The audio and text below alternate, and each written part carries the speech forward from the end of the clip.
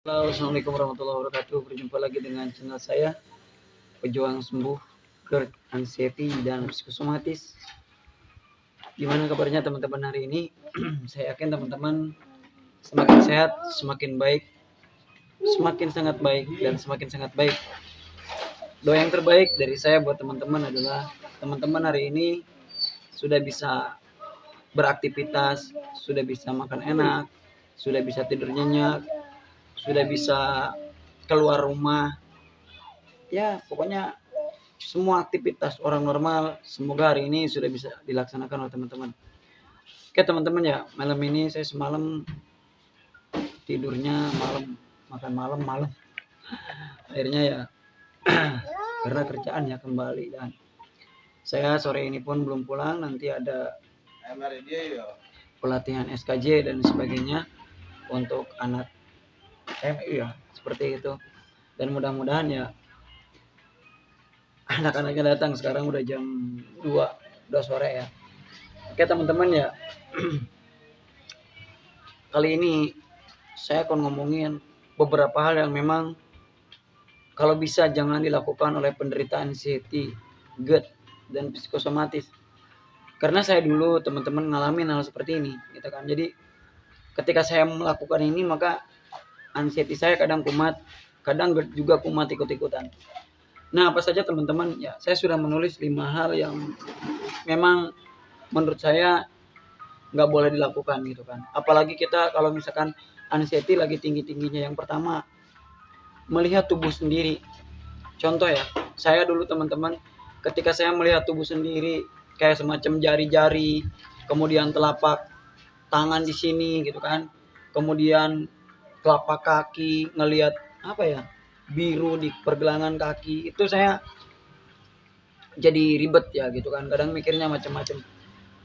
Kadang kalau melihat alis, kok alis saya berbeda gitu dengan yang lain.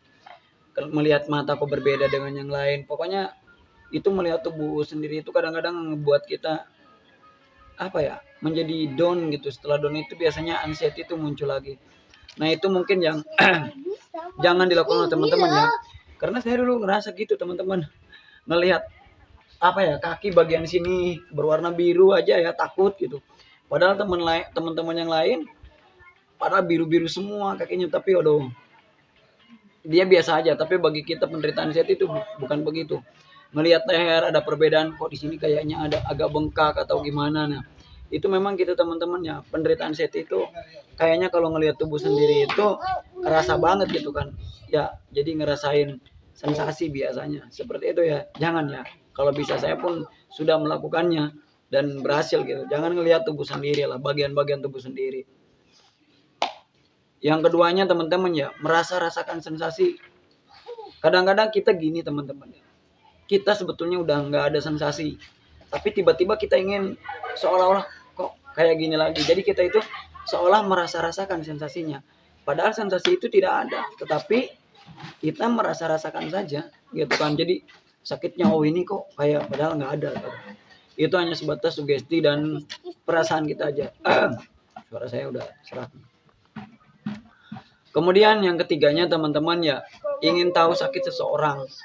Apalagi seseorang itu sampai istilahnya menghembuskan napas terakhir.